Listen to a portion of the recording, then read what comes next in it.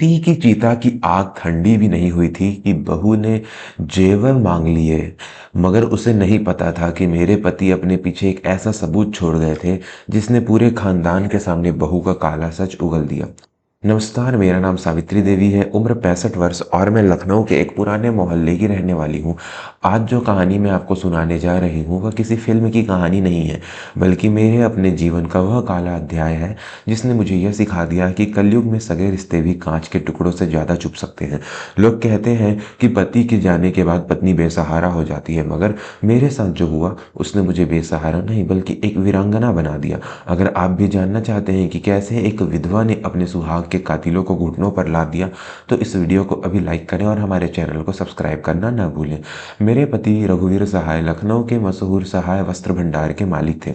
हमारा काम लखनवी चिकनकारी के कपड़ों का था, जिसे रघुवीर जी ने अपनी मेहनत और ईमानदारी से खड़ा किया था।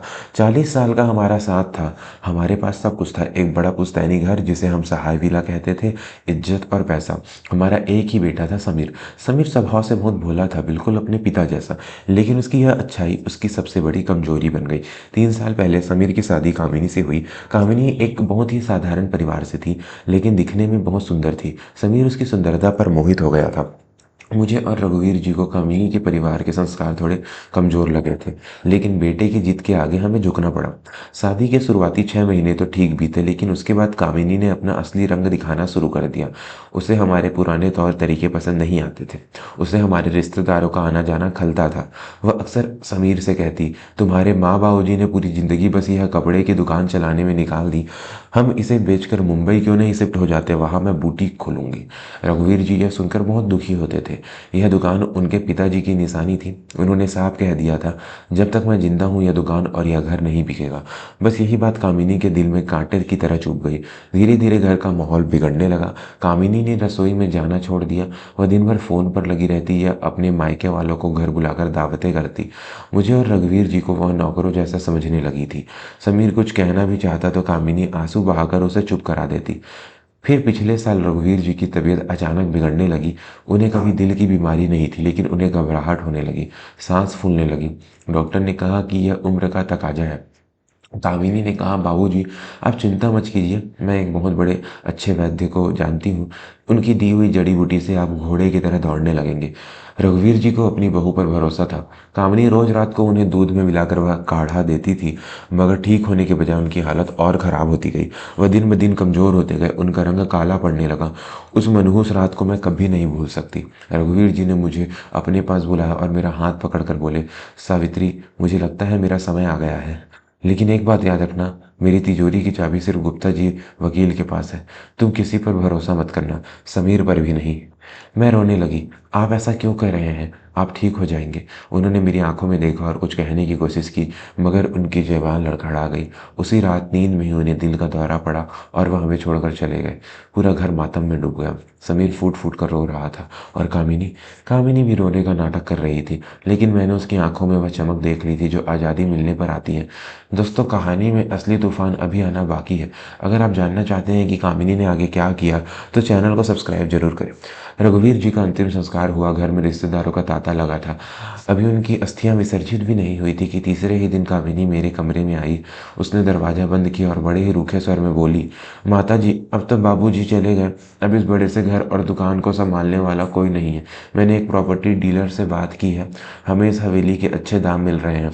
आप बस इन कागजों पर अंगूठा लगा दीजिए। मैं सन्न रह गई। मेरे पति की चिता की राख अभी ठंडी भी नहीं हुई थी और यह घर बेचने की बात कर रही थी। मैंने कहा, बहू, अभी तो 13वीं भी नहीं हुई, तुम्हें शर्म नहीं आती। वह चिल्लाई, शर्म से पेट नहीं भरता माता जी। समीर तो वैसे भी सीधा है, उसे व्यापार की समझ नहीं। अगर हमने अभी नहीं बेचा तो हम सड़क पर आ जाएंगे। और हाँ, बाबूजी के जो पुश्तैनी जेवर लॉकर में रखे हैं उनकी चाबी दीजिए, मुझे वह सुरक्षित रखने हैं। मैंने साफ मना कर दिया। उस दिन कामिनी ने घर में जो तांडव किया वो मैं बता नहीं सकती। उसने समीर को भड़काया कि मैं सठिया गई हूँ और जायदाद पर कब्जा करके बैठना चाहती हूँ।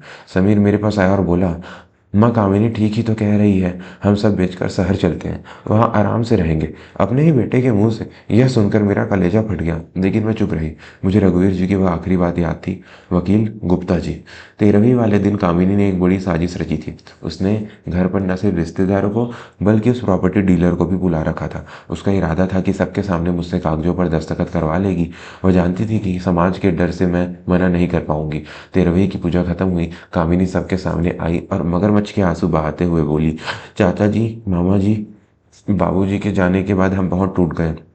समीर से यह कारोबार संभल नहीं रहा, इसलिए हमने फैसला किया है कि हम सभी यह बेचकर नई शुरुआत करेंगे। बस माता जी की अनुमति चाहिए। सारे रिश्तेदार कानाफूसी करने लगे। कामिनी ने पेपर मेरे तरफ बढ़ाया और पेन मेरी उंगलियों में फंसा दिया। लीजिए माता जी, साइन कीजिए और हमें आशीर्वाद दीजिए। मैं कांपते हाथों से पेन पकड़े बैठी थी। तभी दरवाजे पे एक भारी आवाज़ गूंजी, रुको। सबने मुड़कर देखा। वह हमारे पारिवारिक वकील श्रीमान गुप्ता थे। उनके साथ 2 पुलिस वाले भी थे। कामिनी का चेहरा पीला पड़ गया। समीर घबराकर खड़ा हो गया। गुप्ता अंकल, पुलिस क्यों? गुप्ता जी ने अपनी कहानी को ठीक की और बीच आंगन में आकर खड़े हो गए। उन्होंने कहा, रघुवीर जी ने अपनी मृत्यु से 2 दिन पहले मुझे बुलाया था। उन्होंने एक वसीयत और एक पेन ड्राइव मुझे सौंपी थी और कहा था कि अगर उनकी मौत संदिग्ध हालत में हो तो इसे सबके सामने खोला जाए। कामिनी पसीने से तरबतर हो रही थी। वह चिल्लाई, यह क्या तमाशा है? बाबूजी की मौत हार्ट अटैक से हुई थी, इसमें संदिग्ध क्या है? गुप्ता जी ने उसकी तरफ देखा भी नहीं। उन्होंने एक लैपटॉप निकाला और उसे टीवी से जोड़ दिया। स्क्रीन पर रघुवीर जी का चेहरा आया। वो बहुत कमज़ोर लग रहे थे। वीडियो में रघुवीर जी बोल रहे थे, मैं रघुवीर साहब, मैं जानता हूँ कि मेरे पास ज़्यादा वक्त नहीं है। पिछले कुछ महीनों से मेरी बहू कामिनी मुझे जो आयुर्वेदिक काढ़ा दे रही है, उसे पीने के बाद मेरी तबीयत सुधरने के बजाय बिगड़ती जा रही है। मुझे शक था, इसलिए मैंने उस काढ़े की शीशी को चुपके से जांच के लिए लैब भेजा था। वीडियो में रघुवीर जी ने एक रिपोर्ट दिखाई। इस काढ़े में आर्सेनिक नाम का धीमा जहर मिलाया जा रहा है। अपनी बहू मुझे मार रही है ताकि वह मेरी जायदाद बेच सके। समीर बेटा, अगर तुम यह वीडियो देख रहे हो तो मुझे माफ़ करना। मैं तुम्हें सच नहीं बता पाया क्योंकि तुम प्यार में अंधे थे, लेकिन ये औरत मेरे खानदान को ख़त्म कर देगी। पूरे हॉल में सन्नाटा छा गया। सुई गिरने की भी आवाज़ सुनी जा सकती थी। समीर की आंखों से आंसू बह रहे थे। वह बुद्ध बनकर स्क्रीन को देख रहा था। गुप्ता जी ने वीडियो बंद किया और बोले, रघुवीर जी की रिपोर्ट के आधार पर हमने पोस्टमार्टम की मांग की थी, जो कल रात चुपचाप हुआ। रिपोर्ट में जहर की पुष्टि हो चुकी है। कामिनी ने भागने की कोशिश की, लेकिन पुलिस ने उसे दबोच लिया। वह चीखने लगी, यह झूठ है, यह बुढ़ा झूठ बोल रहा है, मैंने कुछ नहीं किया। तभी समीर आगे बढ़ा। उसने कामिनी के गाल पर एक जोरदार तमाचा मारा। तूने मेरे पिता को मारा? जिस पिता ने तुझे अपनी बेटी माना, तूने उन्हें जहर दिया? समीर के पैरों तले जमीन खिसक चुकी थी। पुलिस इंस्पेक्टर ने कामिनी को हथकड़ी पहनाई। जाते जाते कामिनी ने अपनी असलियत उगल ही दी। हाँ, मारा मैंने उसे। वह खुसट अपनी दौलत पर कुंडली मारकर बैठा था, न खुद भोगता था न हमें जीने देता था। अगर वह मरता नहीं तो मुझे यह सब कैसे मिलता? उस दिन उस हवेली में सिर्फ एक विधवा का विलाप नहीं गूंजा, बल्कि एक लालची बहू का पाप भी सबके सामने नंगा हो गया। गुप्ता जी ने फिर वसीयत पढ़ी, मेरी सारी चल और अचल संपत्ति मेरी पत्नी सावित्री देवी के नाम होगी। मेरे बेटे समीर को इसमें से फूटी कौड़ी नहीं मिलेगी जब तक कि वह अपनी माँ की सेवा और इज्जत न करे। इस घर को बेचने का अधिकार सिर्फ और सिर्फ सावित्री का होगा। कामिनी को उम्र कैद की सजा हुई। समीर ने उससे तलाक ले लिया। वह आज भी उस दिन को याद करके रोता है। वह मेरे चरणों में गिरकर माफ़ी मांगता है। मैंने उसे माफ़ तो कर दिया क्योंकि वह मेरा बेटा है, लेकिन जो घाव उसने और उसकी पत्नी ने मुझे दिए वे कभी नहीं भरेंगे। आज मैं वह दुकान खुद संभालती हूँ। मैंने उस अपने पति के नाम पर एक ट्रस्ट भी खोला है जो बुजुर्गों की सेवा करता है। मैंने सीखा कि औरत को कभी भी खुद को कमज़ोर नहीं समझना चाहिए। मेरे पति ने जाते जाते मुझे जो हथियार दिया, सच्चाई का हथियार, उसने मुझे नया जीवन दिया। दोस्तों, मेरी कहानी से आपको क्या सीख मिली? पहला, आंख बंद करके किसी पर भरोसा न करें, चाहे वह अपना ही क्यों ना हो। दूसरा, बुजुर्गों को बोझ समझने की भूल कभी ना करें, क्योंकि उनकी खामोशी में भी तूफान छिपा होता है। तीसरा, लालच इंसान को राक्षस बना देता है और उसका अंत हमेशा बुरा होता है। अगर आपके आसपास भी किसी बुजुर्ग के साथ गलत हो रहा है तो आवाज़ उठाइए। आज की कहानी बस इतना ही। अगर आपको मेरी हिम्मत और मेरे पति की दूरदर्शिता पसंद आई तो कमेंट में सत्यमेव जयते जरूर लिखें। चैनल को अभी सब्सक्राइब करें और ताकि हम ऐसी ही और कहानियाँ आप तक ला सकें। धन्यवाद।